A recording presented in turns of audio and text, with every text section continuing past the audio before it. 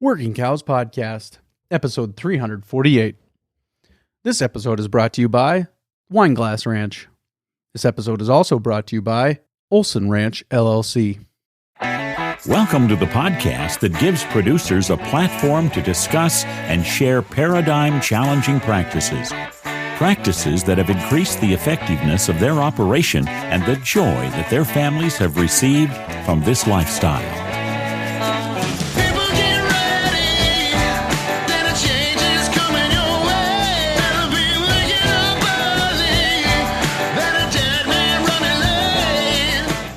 Howdy, everybody. This is Clay Connery, host of the Working Cows Podcast, recorded exclusively in the Understanding Ag studios. And this episode is brought to you by the Wineglass Ranch. Cattlemen, mark your calendars for Wednesday, April 10th, 2024, your opportunity to get your hands on some low-input foraging experts from the Wineglass Ranch. These cattle come from a genetic base of Angus and Hereford Cross. They are a low frame score, 3 to 4, low milk output, easy keeping. These girls work 365 days a year, and they are ready to go to work for you. So if you're interested in this, you'll have an opportunity to get your hand on some of the 300 head of bred cows that will sell in April at Oglala Livestock. So mark your calendars for the second Wednesday in April and be on the lookout for more information coming soon. If you're interested, you can get more information at www.wineglassranchinc.com. Very excited to be joined today by Glenn Elzinga. Glenn is one of those guys that I should talk to more often than I do. Just a fascinating character, guy who is, as I introduced him at the South Dakota Soil Health Coalition's Soil Health Conference, I said that Glenn's a problem solver. Glenn's a guy who looks at 14 head of livestock, which for their operation equaled about $50,000 of lost revenue, killed by wolves in one grazing season, and looks at that and figures out, just by looking at a Charlie Russell picture when his family was going out to sing Christmas carols, he looks at a Charlie Russell picture and the thought occurs to him, why don't we live out there with our cattle anymore? And they go out and they live with their cattle and they solve the predation issue for their herd. And so he's a problem solver, and just guys that think that way are really important for us to learn from, and I really appreciate that. And if you want to go and check out that previous episode, it'll be linked in the show notes page for today, which is workingcows.net/348, and there will be linked to Glenn's previous episode, which can be found at workingcows.net/119. workingcows.net/119. There will be linked today's show notes page to that episode as well. But really excited for this conversation with Glenn. So Glenn, thanks for joining me again on the Working Cows Podcast. Welcome back. Oh, it's fantastic to be back, Clay. Great to visit with you again. Yep, really looking forward to this conversation. And I think that we have been in American agriculture maybe lulled into a bit of a stupor by markets and favorable conditions in some places. And I know that's a real broad generalization, and some people are not experiencing as favorable of a condition currently. But what I would like to discuss with you a little bit is about kind of the hope that you see in agriculture and the opportunity that exists if people are willing to change the way they see things. And I know that is the biggest if in human history, because there is very little in the world that is harder to change than the human mind. So we will recognize that from the outset. Where would you start? What are some of the things that need to change as far as the way we look at things in order to realize the hope that we see, that you and I both recognize is present in agriculture? What are some of the things that we have to change the way that we see these things in order to realize that hope? There's this analogy about the frog in boiling water. And I feel like in agriculture, in Western agriculture in these countries, Canada, the U.S., partly Mexico, we're the frogs in boiling water. And the water is not quite boiling yet because we're not quite dead. But it's it's become uncomfortable, and this is why you see these symptoms pop up. Like I was reading stats the other day on suicide rates. Occupational suicide in agriculture is at an all-time high right now. It's some numbers I looked up are showing that agricultural occupational suicide is the highest occupational suicide in 2023, 2022. So obviously there's some problems, and this is a world that had just seen the highest prices for grain ever. And now, those things are coming back down, obviously. We're right now in a cattle cycle that's the highest prices in cattle since the beginning of time. Since the beginning of time. Okay. I mean, it's not just in the past decade. It's not just in the past century. It's since the beginning of time. We have not seen commercial cattle prices this high ever. And so it's kind of crazy to talk about things being broken when markets are this high. But, the thing I would submit to you and the listeners of Working Cows is that the difference is that I think our costs are higher than you. I mean, we just function under incredible costs. I mean, we even struggle with it on our ranch. We're profitable, but we're thin margin profitable. And my wife Carol and I got to continuously look at where our costs are going. We looked at labor this week and for 2023, and this is a number that you may want to be sitting down for because it's going to blow you away for a ranch. But we spent over $500,000 on labor this last year. And actually, it wasn't. My wife would get after me for saying that. I think it was around $470,000 for ranch labor. All right. Inconceivable amount of ranch labor. And you look at what wages have done, they've just doubled. It wasn't that long ago, Clay, it was just, I don't know, 5-6 years ago, we were still paying $8.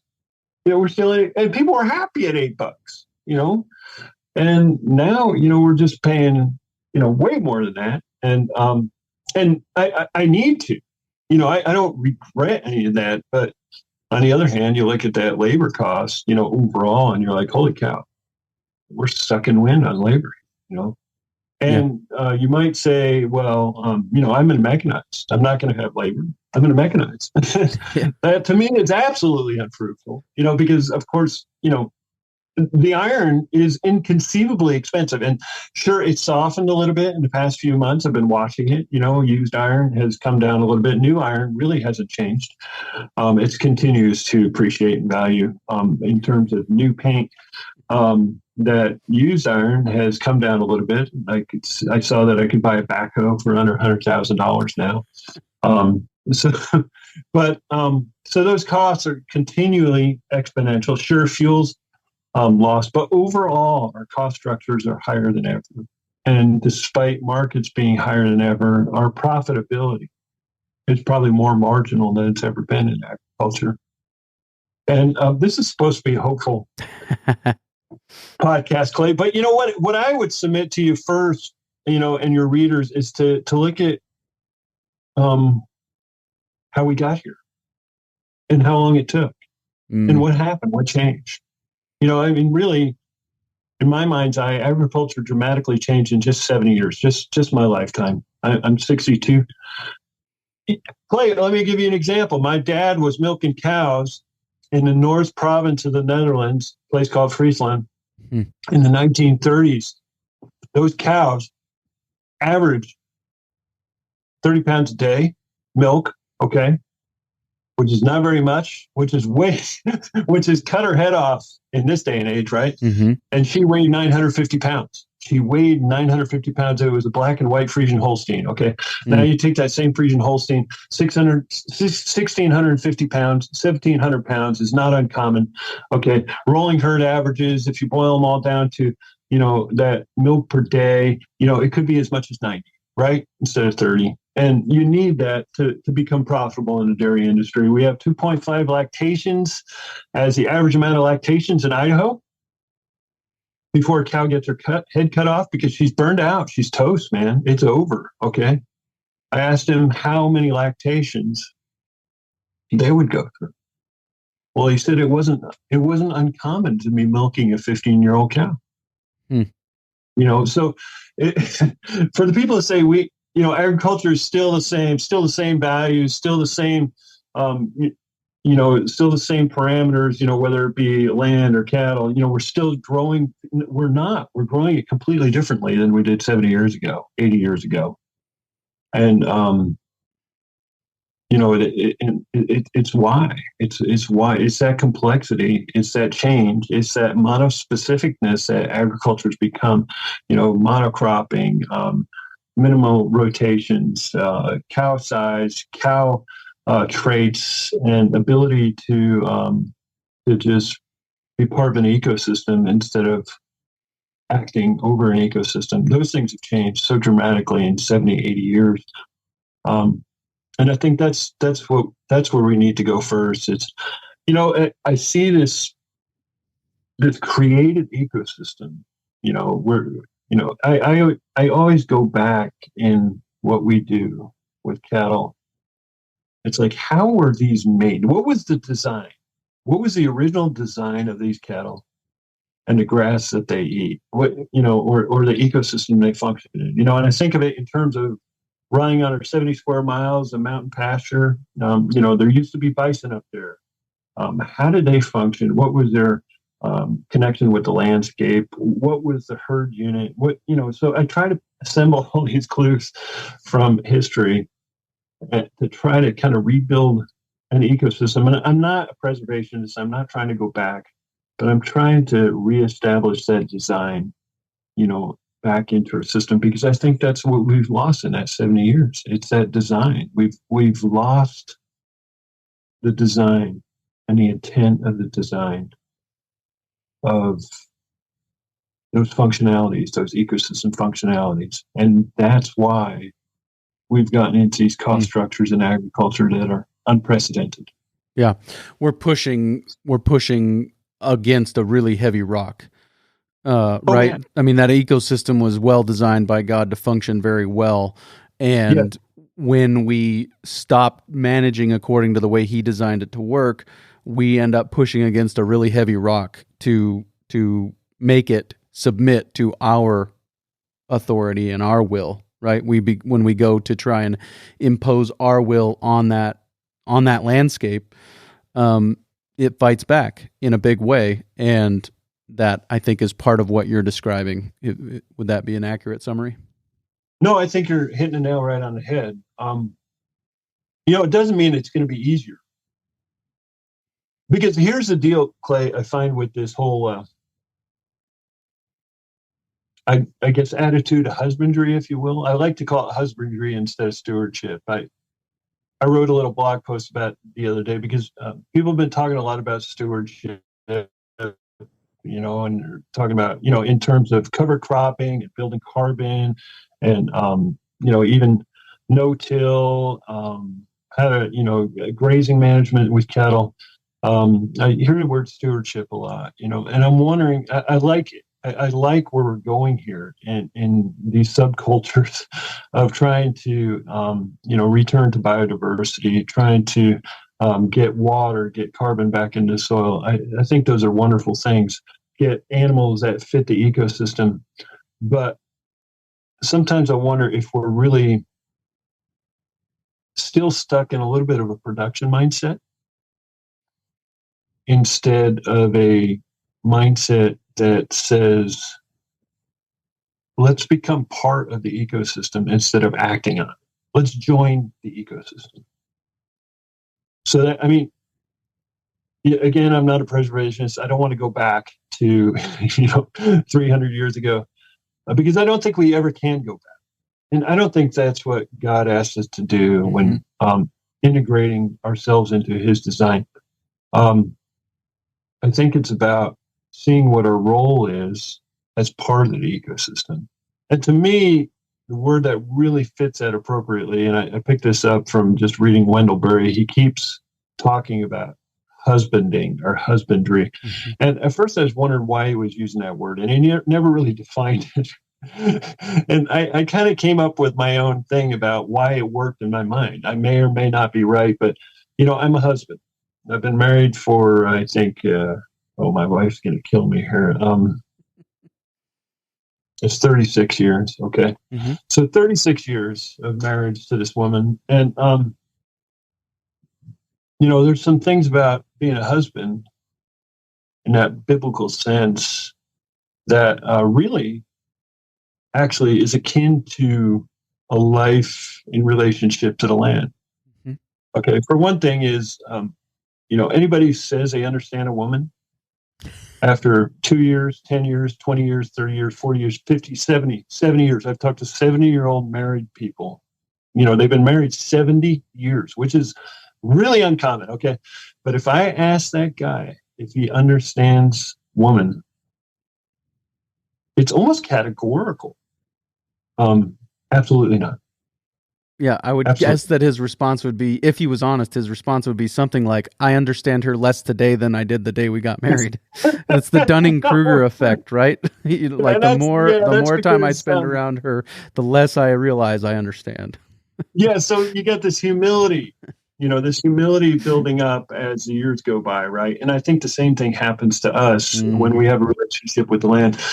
We find out every day we know less. Mm-hmm. And in reality, yeah, we're gaining knowledge. We're gaining a little bit of understanding. But as we do that, we open new doors.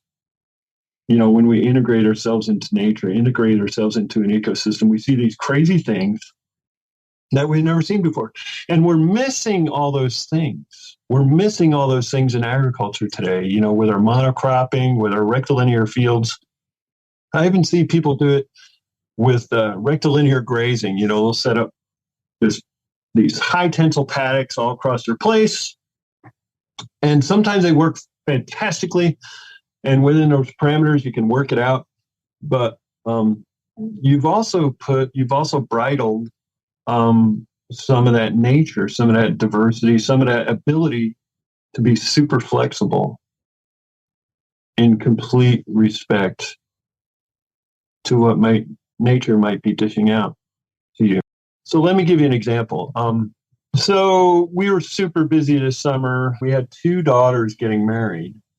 One of them didn't even tell me until 3 weeks before the first one got married. So it's like, holy cow, this has been really stressful. Because we got 300 people coming to the ranch, Clay. Okay, 300 people got to go through my house, and it's unfinished.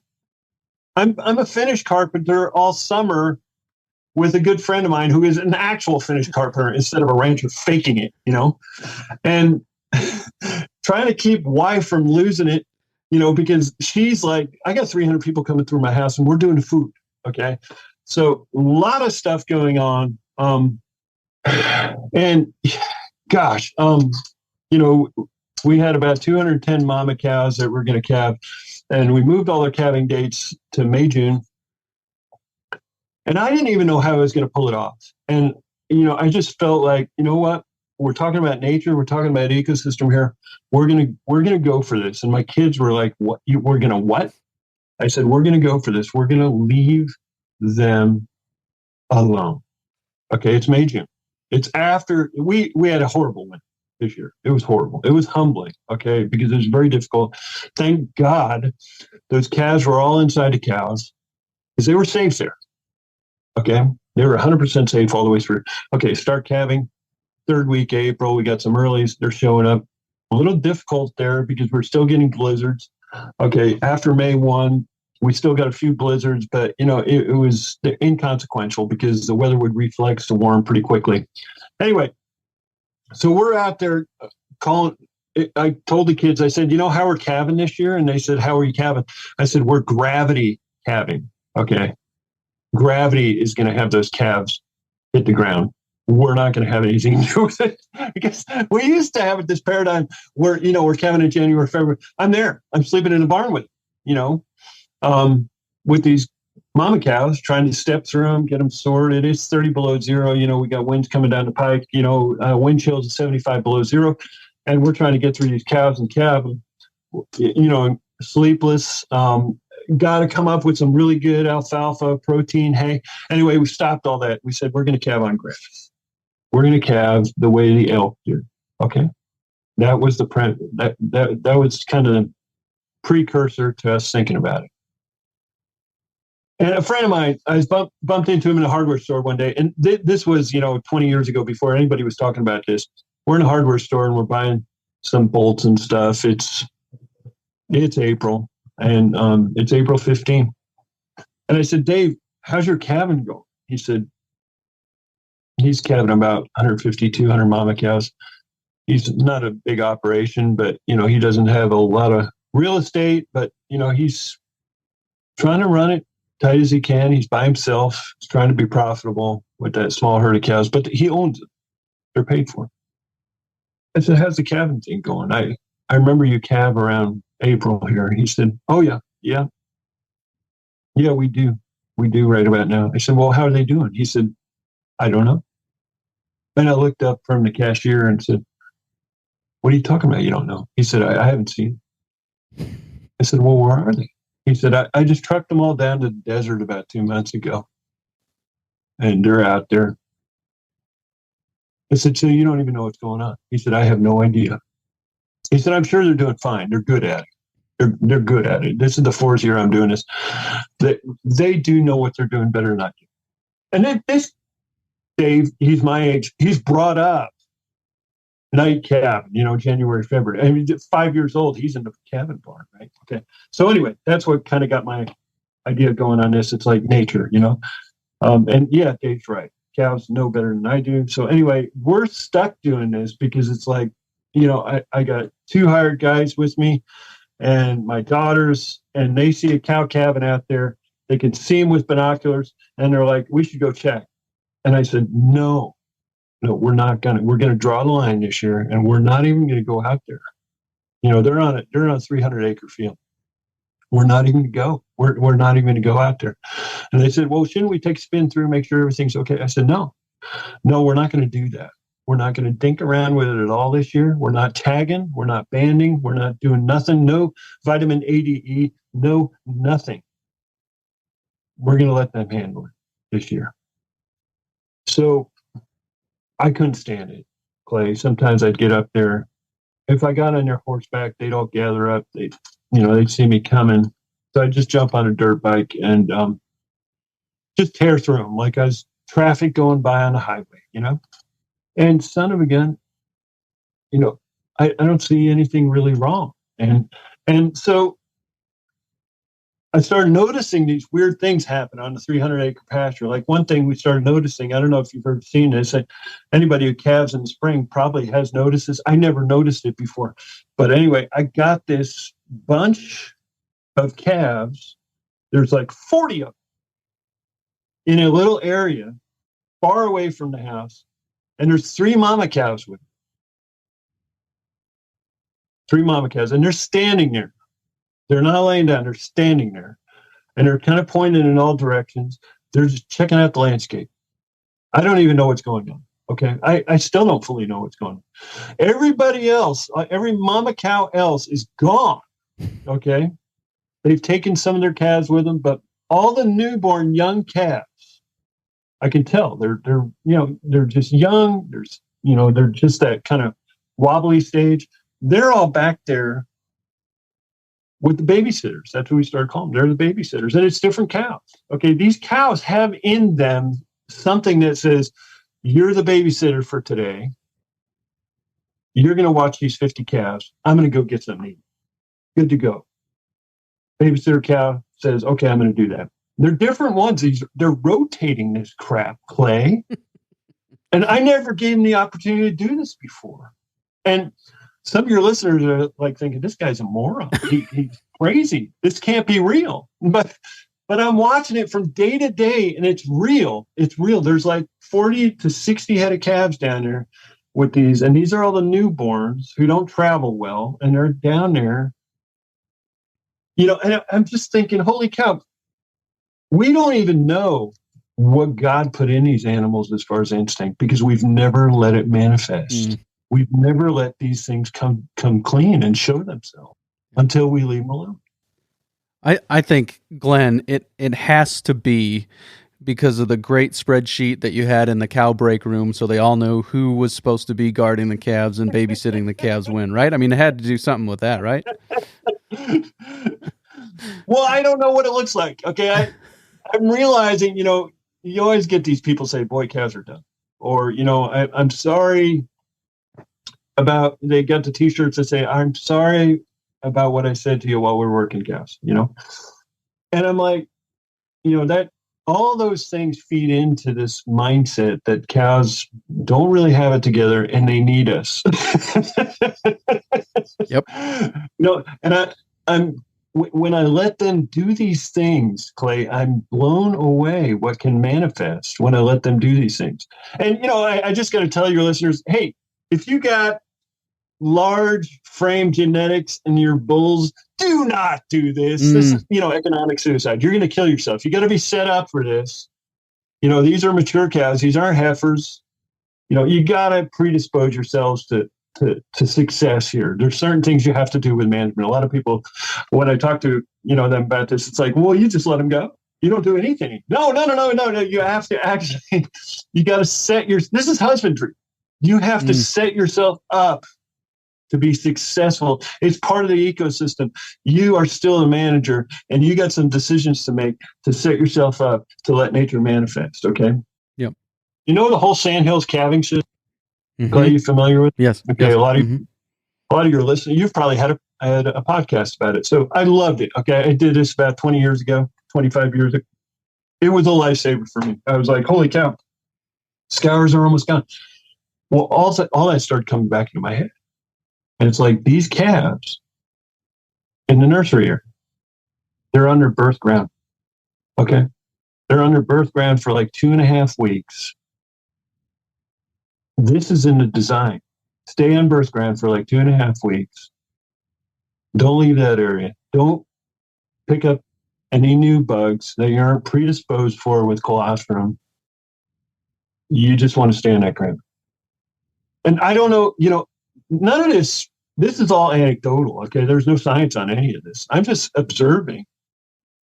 So, I mean, that's what kind of blew me away about this whole thing. Yeah. Is that if we just step back, get things in place to allow nature to take place, I think it's a storm. And the other thing about it is if we're willing to pay attention and listen and watch and learn, I think we're in for a lifetime of it's like marriage to me. It's going back to that husbandry. I'm so glad I'm married. Mm-hmm. I'm so glad I'm married every day. And yeah, granted, oh wow, we clash, but and so do you in nature. Those guys in North Dakota I was telling you about earlier before the cast. Wow, they clash. They had some clashing going on, last winter. It don't matter if the calves are inside the cows when they're buried alive in a snow drift in the middle of the winter, Mm-hmm. So yeah, you're going to clash. There's going to be tough times, but in all, if we let nature do this work, we can start taking a look at those cost structures, because how many scour calves we had this year? 0. It was 100% 0 out of 210 head. Mm-hmm. You know what our I think it was our 120 day. That's our metric for determining what our success was going through calving. We're at 97%. And, that's just letting them do it without our intervention. And these aren't weird cattle. They're just regular black cattle. Some are bred to Herefords, smaller frame. Some are bred to Black Angus, smaller frame. They're not small frame cows by any means. They're just run-of-the-mill Black Angus cattle. So it's not like that stuff has been all bred out of them. I think it's a little bit of epigenetics, that influence of the environment on the expression of genes. That's epigenetics, okay? Yeah. It's a little bit of that. We're putting them in an environment that is now natural. As a result, we can express this gene, this instinct that we didn't see before. And I think that doesn't only have to do with cows, has to do with plants, has to do with our grasslands, has to do with everything. If we just step back and try to get into our heads about how this was designed. What were the design parameters here? Let's do that and see how that works on these animals. See how that works on this grassland. Let's take a quick break and hear a word from our sponsor today, Olson Ranch, LLC. Wally Olson's hosting a sell-by marketing school online February 27th through the 29th. Online via Zoom from 9 a.m. to noon Central Time each day. If you're interested, you can check out more at ranching.fyi/Olson. That's ranching.fyi/Olson. Excellent school. Always a great amount of information about finding undervalued and overvalued livestock, managing cow depreciation in your herd, and it also gives you the opportunity to take the school again for as little as $100 whenever the school is offered. You can take it again and try and get more of your questions answered as you have implemented these things, and Wally just becomes a really great resource. So again, check out ranching.fyi/Olson if you're interested in the Wally Olson Sell-By Marketing School online February 27th through the 29th. I'm becoming really suspicious of anything other than anecdotal evidence because I think all non-anecdotal evidence, or i.e. evidence that has been arrived at through a study, that study was paid for by a company who had a vested interest in a certain outcome, and that study was conducted by an individual or a team of individuals who had a vested interest in seeing the money continue to flow to conduct more studies. Now, I know that that's probably an uncharitable and maybe unfair interpretation, but I've talked to people who've been there when those studies were conducted and understand that is the way it works at least some of the time. It's a no-brainer. This is like cause and effect. If you look at our university system, who pays for the research? In the veterinary world, it's the drug companies. Mm-hmm. Okay, you don't get research on some crazy ass thing that Glenn's talking about in his field that is design instinct. All right, and epigenetics being expressed out in that field. You don't get any research for that stuff. There's no money funnel for that. It's the drug companies. It's Merck. It's Pfizer. They're paying university wages, okay, to do it a certain way. You just follow the money, and it's just the fact. You can just follow the money and see where the land grant university money comes from. And there's so many good people in those situations, but on the other hand, they don't exist. They don't have jobs. I see it with the USDA, in terms of the Forest Service or, who's managing grasslands or forests. It's where are they getting the money? Where's the funding come from to fund them? And, it's ultimately, lobbyists. Yep. They're saying to politicians, hey, I'm going to give you this charitable donation, but I do need you to vote this way. Mm-hmm. So it's, I'm not a big graft and corruption conspiracy type person. I'm more like, that stuff exists. We're just going to do the workaround. Yeah. We're just going to do the workaround. And despite that existing, this is still a great country, and we're just going to do this. I don't know if any of your readers have watched this show. It's a horrible show, but it was very fascinating for my wife and I. It's quite a vulgar show, too. It's called Clarkson's Farm, and it's shot in Great Britain. And it's this guy named Jeremy Clarkson, who's a would-be farmer. He's a little older than I am. I think he used to be a stunt car driver, and he had some shows related to that, made some money that way. And he said, I want to get into farming. So, I've watched every show, and granted, it is still vulgar, and a lot of it is off-color jokes, the way British humor can often be. But the thing about it, the reason I kept watching is I want to see how this unfolded.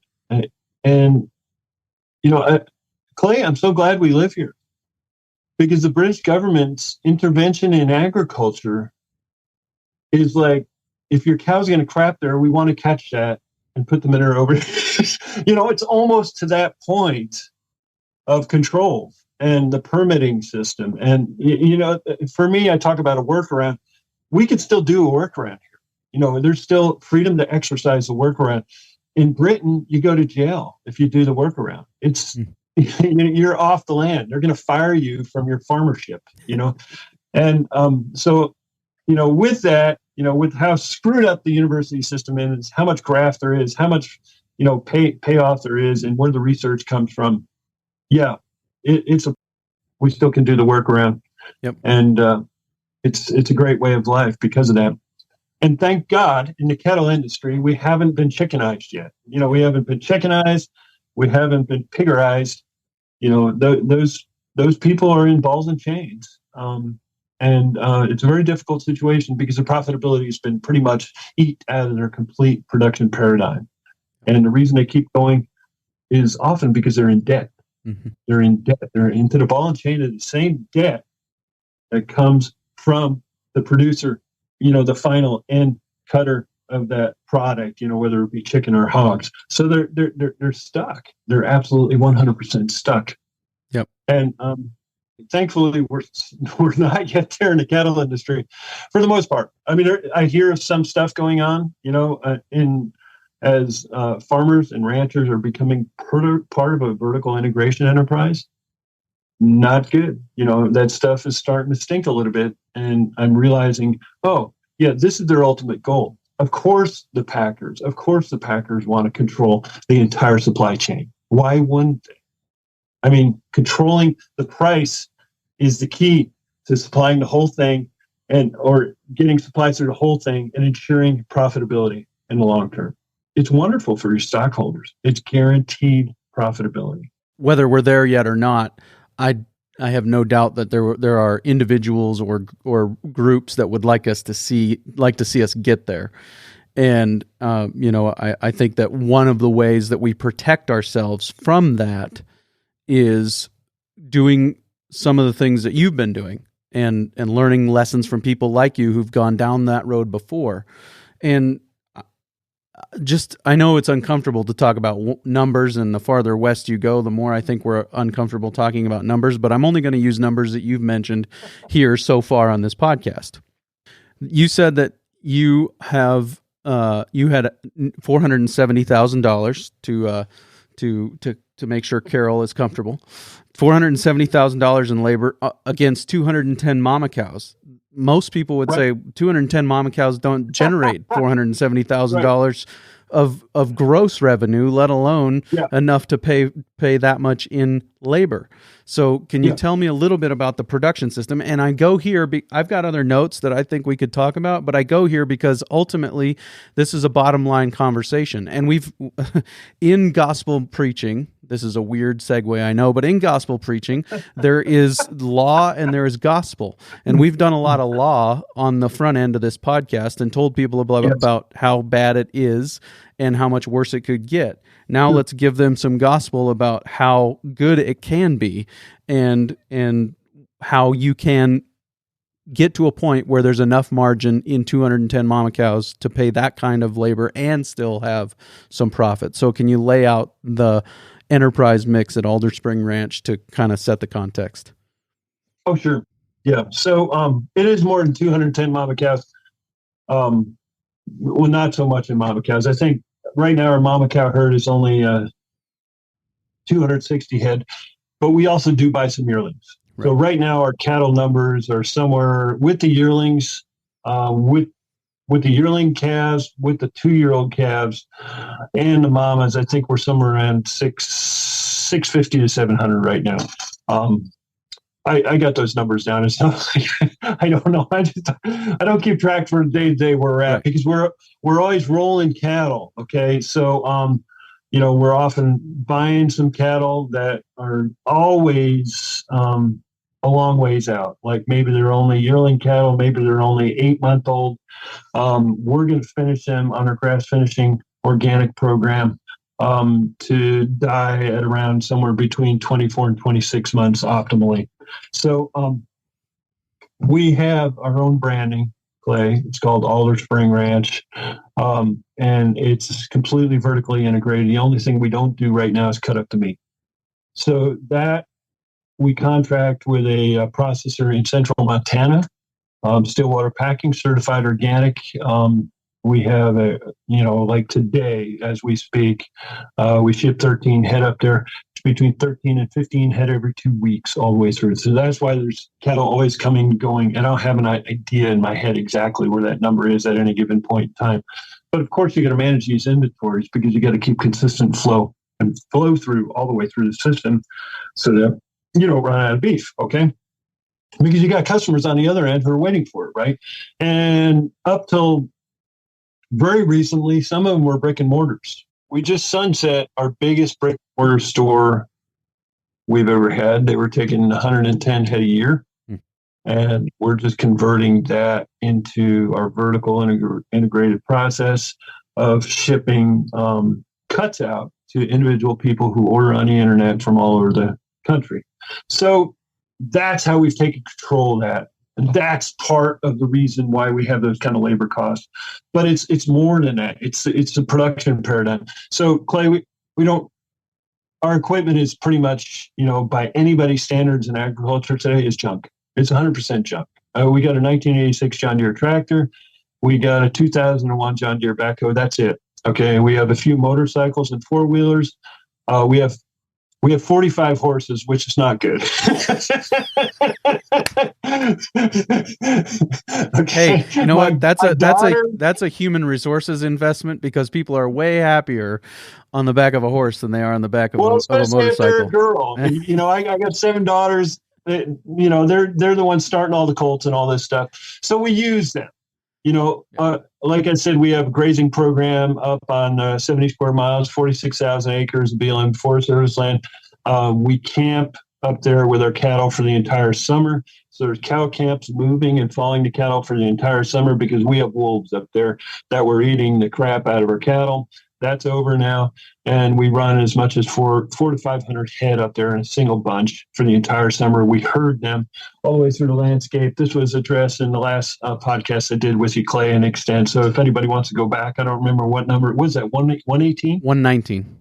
119. Yep. Yeah. So anyway, if you want to learn more about that, go back to that podcast because we're still doing that. We've been doing that for 10 years now.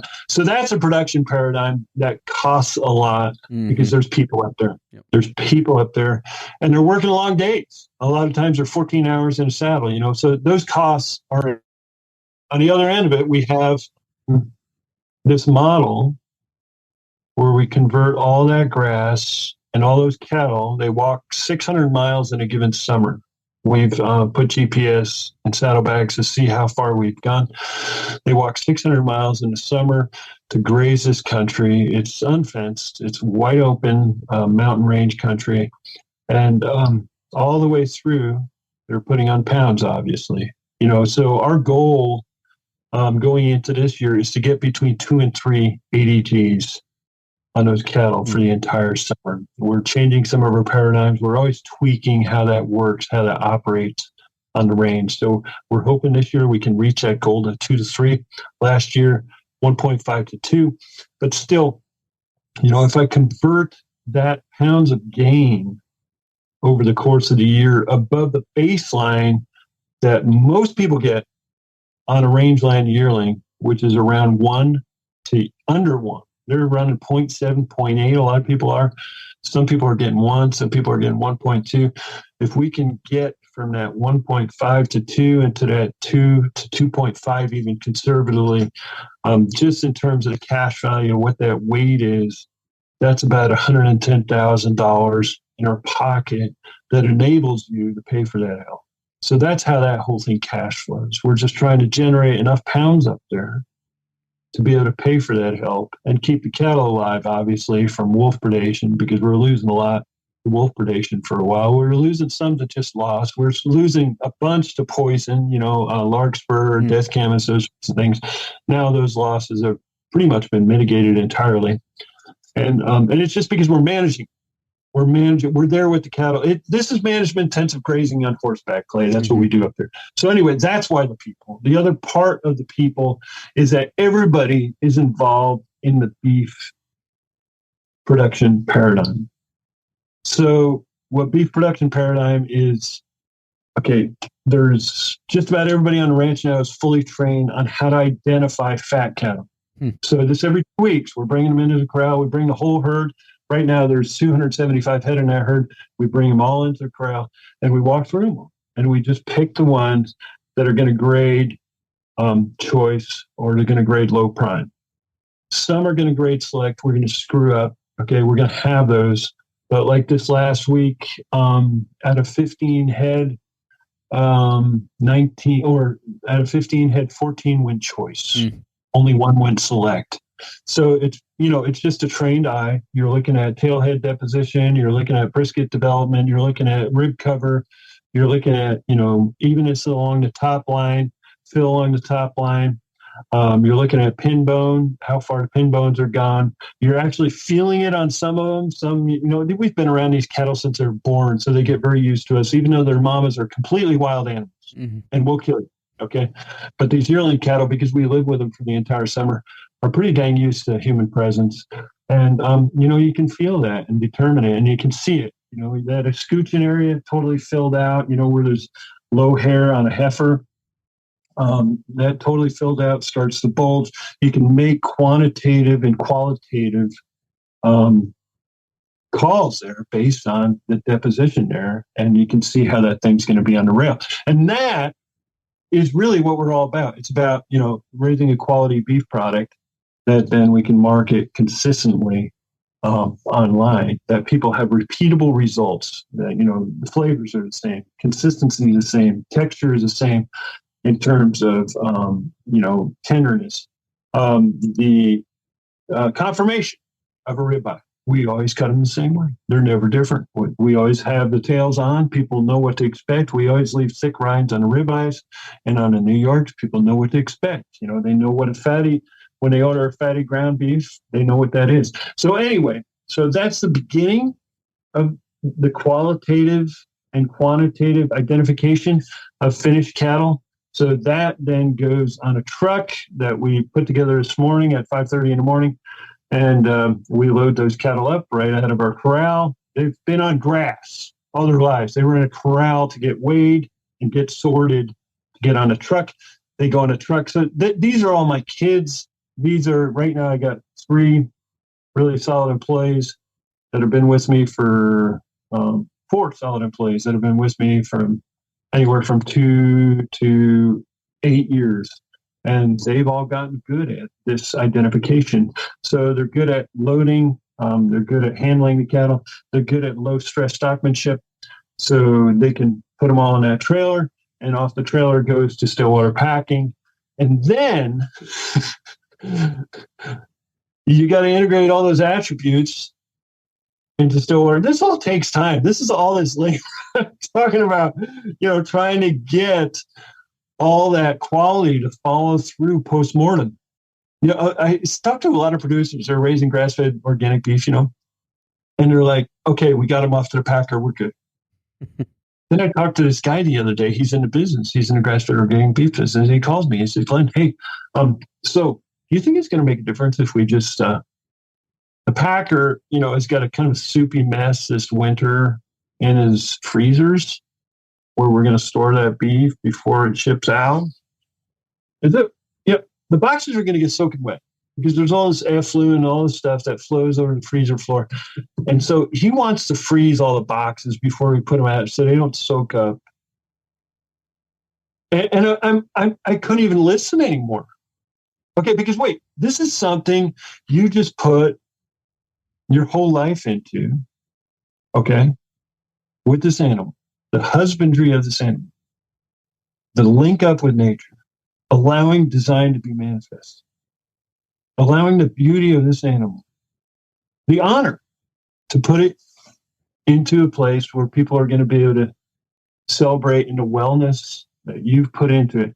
And wait, you're going to drop the ball right now and let them freeze the whole thing slowly, let those ice crystals nice through your meat, and all your cell walls will be damaged. You're not going to have meat that's tough and stringy, a little bit like jerky after you're thawed, and plus your boxes are going to be dirty. And I'm like, inconceivable.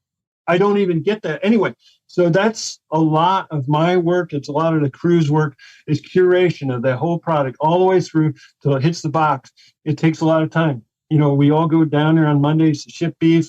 I got like anywhere from 4 to 10 of us down there packing beef and dropping steaks in boxes and carefully wrapping them so they don't crack. It's fine crystal to us because the steak has been raised by each of them. I mean, this isn't a different processing crew. This is the same crew, Clay. These are the guys they were on the range with this. We'll remember who they are. We had a heifer come through the other day, and I picked out the steaks. I'm the steak picker in the freezer. And I put together these steaks. There's this one individual. We have several customers like this. This is his 156th order, with us. Every time he orders $800 for us. Okay. So we're putting his box together. He ordered some really nice ribeyes. The guy's got money. Okay. I don't get to eat ribeyes very often. He does. Okay. So anyway, I pick out these ribeyes and I put them out and I showed the crew. I said, you got to check out these ribeyes. And they're all prime. Okay. They're all just beautiful prime ribeyes. If you want to put it in show notes, I get a picture of them because we took a picture of them. So let me know. But anyway, they're all prime. And the kids are like, I got to know who that is. So I look it up. We got everything on Google. All our records are on Google, Google Docs and Google Drive and Google Sheets. So I just scroll down through the Google Sheet and look at it. And I said, this is N203. And they're like, you are kidding. And they remembered this heifer from 2 years on the range camping with her up there. It was a heifer. For 2 years on the range, they camped with this heifer. They exactly knew what she looked like. This is out of 400 head a year. These kids remember. So they got this follow through, and people are like, crap, $470,000. Yeah, it's a lot of labor, but they all are connected with the whole thing. And there's enough money at the end to pay their paychecks because, granted, that's a huge cost. But you know what these kids are? You know what they're becoming, Clay? Mm-hmm. They're becoming the husbandry practitioners. They're connecting all the dots.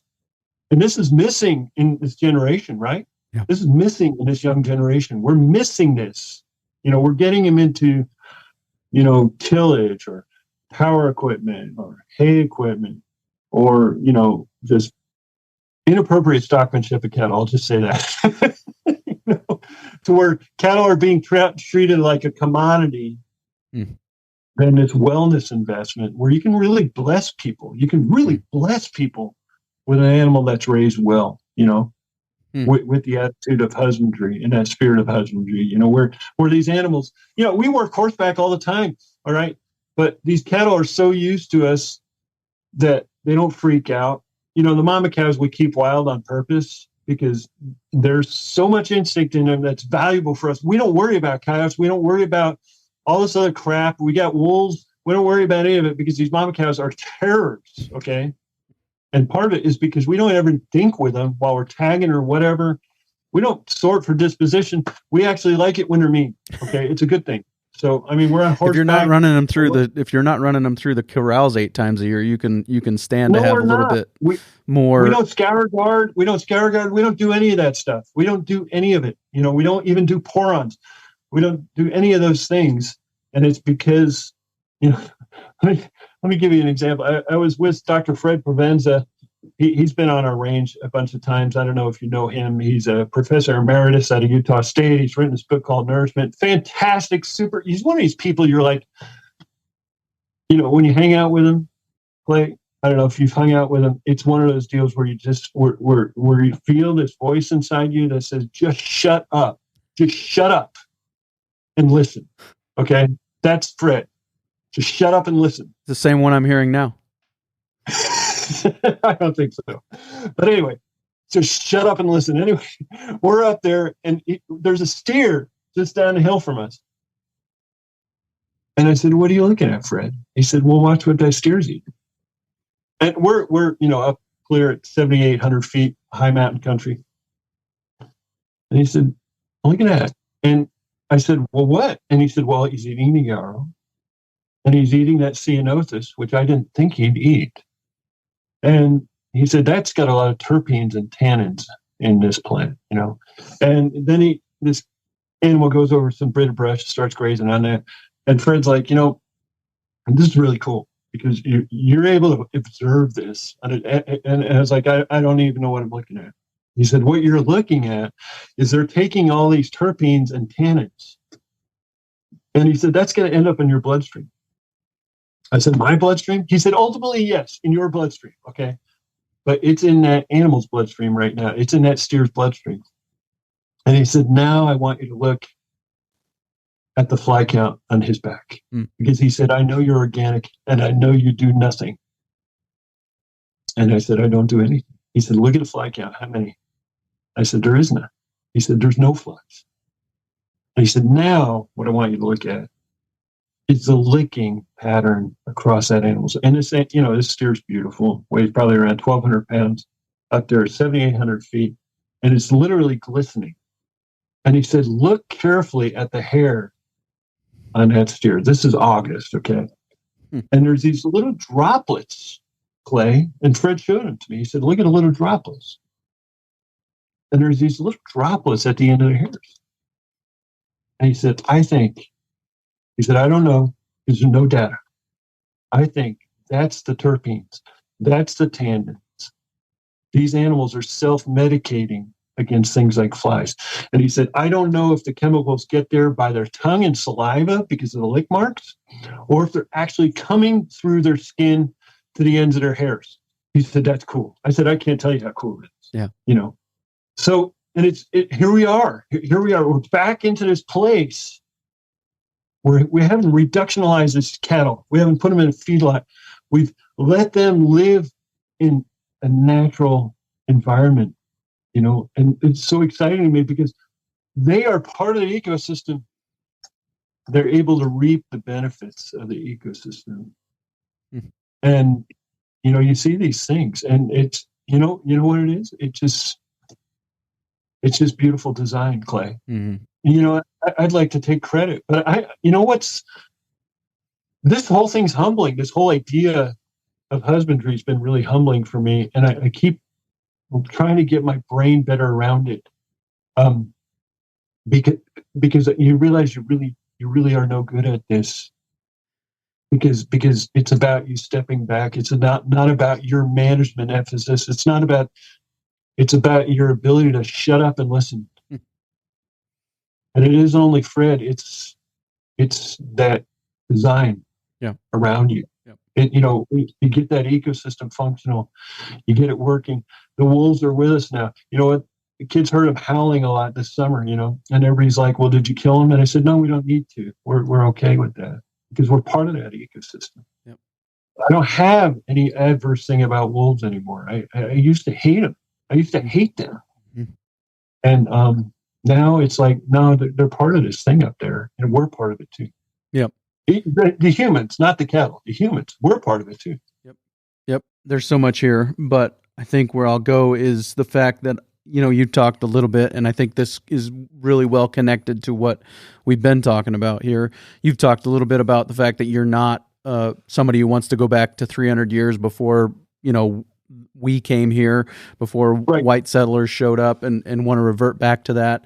You're not that person. And I think that here's the deal. In those days, there wasn't as large of a population of Native Americans as there is now. And there was, as there are people on the continent now. Yes. And there was way more of these predatory species in there now. And so the bison herd population was managed by the wolves, right? Yes. And we now are the managers of that herd population, because if you look at the numbers, we have just about as many cattle on the land now as there were bison then. And so now we are the ones who are managing. And I believe, according to God's design, you've brought to my mind Psalm 19, and Psalm 19 talks about God's two great books. The first one is creation, and it is speaking day after day, night after night. It's pouring forth speech to the glory of Yes. God. And then his second great book is his special revelation in the Word of God, the Bible, the 66 books of the Old and New Testament. And so you're bringing that to my mind, and I really believe that we are our responsibility as humans is to make this land better than we found it. To leave it better than we found it, not to extract things from it, not to reduce it to, some set of things that we can exert our influence on or our management on, but to make it better. And we can do that if we're willing to humble ourselves and think these cows were designed by God with a lot of really good instincts, and we can let them express those instincts, and we can be there to make sure that they're not vulnerable to predators or whatever else, because without you there, your losses would still be huge. Your losses to the wolves would still be huge, but you're there. No, you're 100%. 100%. And mankind isn't an evolved accident. Mankind is part of God's designed, created order. In my opinion, he's the pinnacle of it. Honestly, it was the last act of his creation, is mankind, and he put us here to manage it, to steward it, to husband it, and I love that word. I think stewardship has gotten overused to some degree, and so husbanding goes back to that. Let's serve. Here's what husband means to me: serve your family by leading them. Yes. And here's what husbanding means on the landscape: serve that landscape by leading it, by humbling yourself to the point to give up the control that you shouldn't try to take, and to let the animals do the work, and to also direct those animals in the way that you're not grazing the same patch of land at the same time every year, or I don't remember what it is in your case, but it's a number of years before you come back to the same patch of land at the same time. So I mean, all of those things. That's what I'm thinking of as I listen to you talk. No, that's really cool. Here's the other thing too about that, Clay. With husbands, if you go back to the biblical definition, I think it was the Apostle Paul implores husbands to love their wives like Christ loved the church. And so you're like, well, what does that mean? Well, you just go to the point of the cross and say, well, Christ died. He died for the church. I mean, we're to die. This is dying to ourselves. This is like humility with that word husbandry, And I think that same thing connotes a relationship to the land. It's dying to ourselves. It's shutting up and listening and learning. One thing that people often say to me when we talk in these circles, it's like, oh, Glenn, that's a great idea. The great idea, but you're never going to feed anybody this way. You're never going to feed the people except the elite feed that buy your beef. But I got to convey this. It's actually really simple. You talked to, the thing that came in mind right away was that you talked about running about the same amount of cattle as there were bison. All right. So right now, the United States cattle herd is around 97 million head. I think it's down by 1 or 2 points, probably closer to 95, 96 million head. That's everybody. Okay. That's calves, cows, dairy steers, cattle and feedlots. That's the whole shooting match of bovines in the United States of America is 96 and change, somewhere in there. I don't know the exact number because I don't watch cattle and feed reports or stock inventory reports all the time. But just that number, kind of comes to mind. So when we started on this new ranch in 2005, we took some soil tests, 2.45 average soil organic matter. And this isn't including the range. I'm just talking about the bottom ground. There's about 450 acres of that. And are those pivot irrigated? Now, most of that's irrigated, yes. Yep. So, it's analogous to anywhere where you'd have rainfall. Yeah. It doesn't have a lot of, Missouri. Yeah, Missouri, so equivalent of water is probably 32, 30, 25 to 32 inches. I would submit to you that we're probably a little less just because of our dry climate. That might be water that hits the ground, but I know I'm losing stuff to evaporation right away. Humidity does something for you in those contexts where it rains more, and you're not generating humidity. Yeah, no, it's even where you live, Clay, you got higher RH than we do. We lose it all. We're like 15, 25% on a humid day. There's a lot of days we're in single digits. I've been, around your country there. Are you still around Belle-Fourche? Yeah, I'm northeast of there now, but yeah. Yep. 70 miles. So say around Belle-Fourche. I've been in Belle-Fourche when it's like 85% humid. Yep. It can get up. You felt like you needed gills to walk down the sidewalk. So anyway, here we are then with like 20 inches of water hitting the ground. So that can be, stretched to a whole bunch of the United States in terms of effective precipitation, everywhere from California to New York State or whatever. So, but on that ground now, we did another organic matter test last year, 65 different plots across the irrigated part of the ranch. Right now, we're at 7.75. Some of that ground is 17% organic matter, up from 2.4. Okay, and it's just this happened completely by accident. This was just because we're practicing rotational grazing. I'm going to call it that. You can call it 100 million different things. It's just rotational grazing. That's a whole nother podcast. And I'm sure you've talked to a lot of people about that. But anyway, just rotational grazing got us there. Okay. Just that graze quickly and rest. That's it. Short duration, high intensity, long rest period grazing. Okay. Same thing we're practicing on the range, but that's a whole different environment. That's not part of this calculation. So anyway, soil organic matter change. So when I saw that soil organic matter come in, I said, it feels like we're running more cattle. Back in 2005, we're running it was half a cow per acre. Now we're pushing almost one. Okay. And it's because of us investing in the soils, not by applying things or products or gizmos or whatever the soil. It's just by using animals to graze. Okay. We made it able to double our stocking rate. It was like getting another ranch for free. That's one reason we're profitable. We can run many more cattle than we used to. So now on that 450 acres, we can run one cow on the average per acre on that irrigated ground. This is calculating all the dry matter and boiling it back to how many cows we could sustain. This includes the hay crop, whatever else you're going to take off. So anyway, one cow per acre, Clay. Okay, 20-inch precip. We're at 5,000 feet. Okay, 5,000 feet. Short growing season. You got growing seasons all over the United States that are like almost year round, especially across southern tier. Everything from Texas to Florida. Okay, so anyway, take that one cow per acre. Okay, now let's just look at the corn ground. Okay, the corn ground right now in the United States is 96 million acres. 96 million acres of corn. Okay.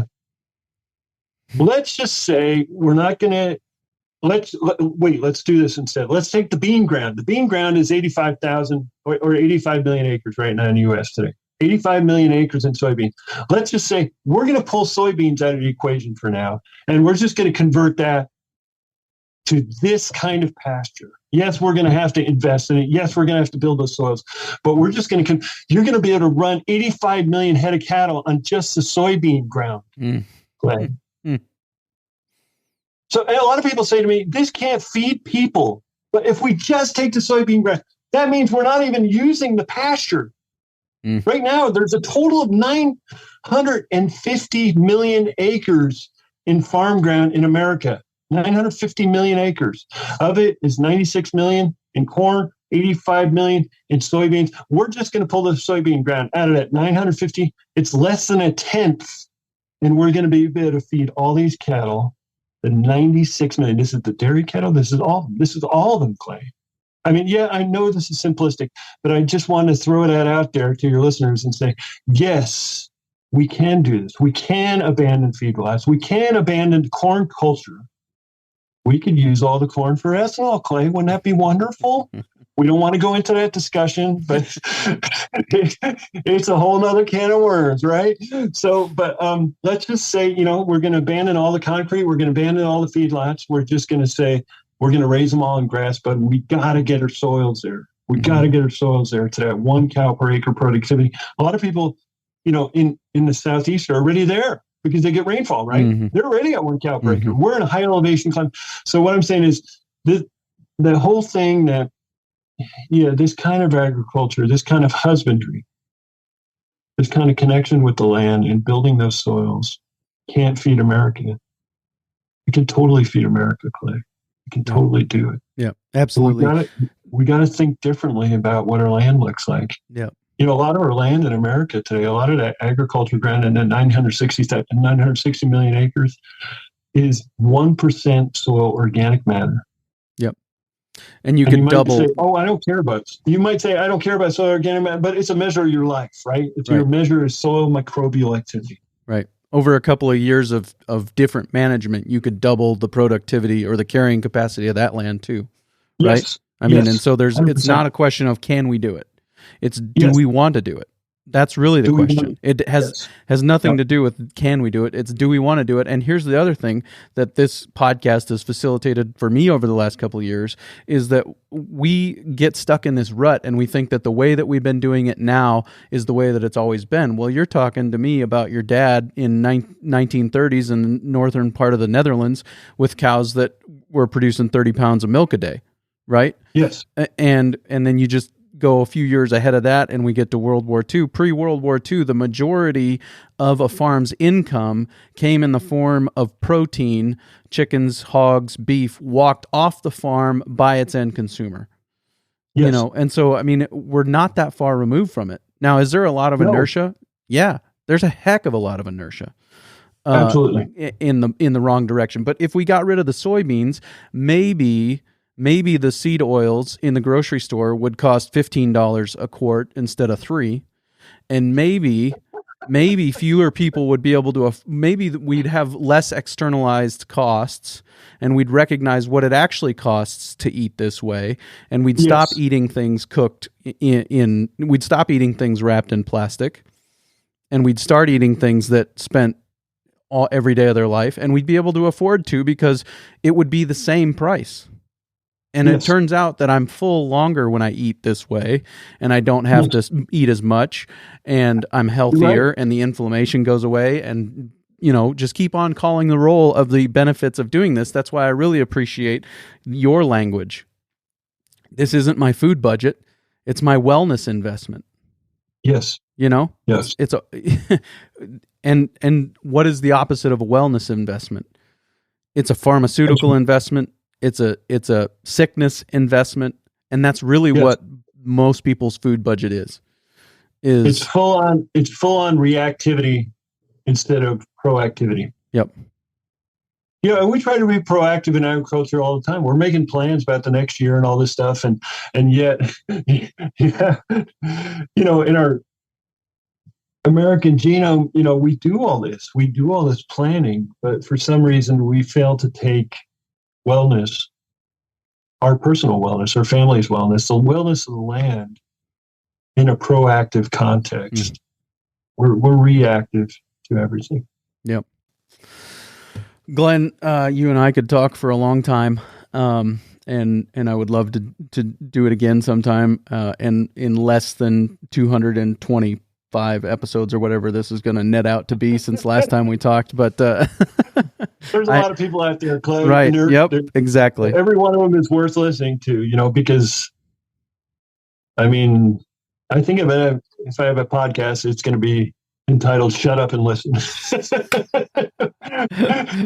Yep. No. Because man, surround yourself with people, in this podcast that are those kind of people. Yep. Those kind of people where you just want to be a sponge and just receive, because there's so much to be had out there. Humility. And that actually is part of our design, Clay. Mm-hmm. We're designed to receive information. We're designed to receive knowledge. That's why we got these senses: eyes, ears, nose, mouth, right? And Yep. yeah. Very good. Glenn, thank you so much for your time today. Oh, it's been fantastic, Clay. Very good stuff there with Glenn. Really appreciate just the way he thinks, again, as I said in the intro, and then also just the way that he puts those things together. And just really a neat guy, and the way it all connects back to God's word and God's design for the world, and our relationship to the world as creation, as created in God's image, and those things. So really enjoyed that conversation.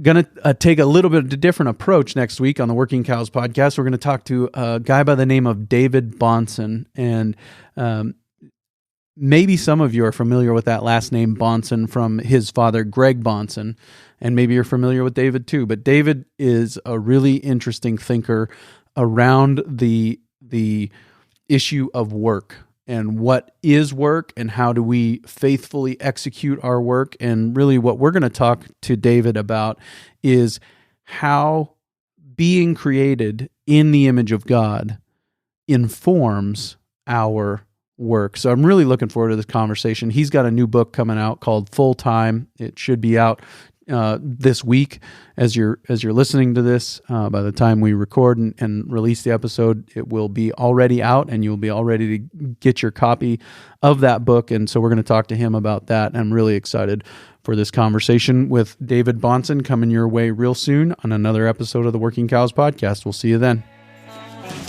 We invite you to visit workingcows.net to subscribe to the show via iTunes or Stitcher.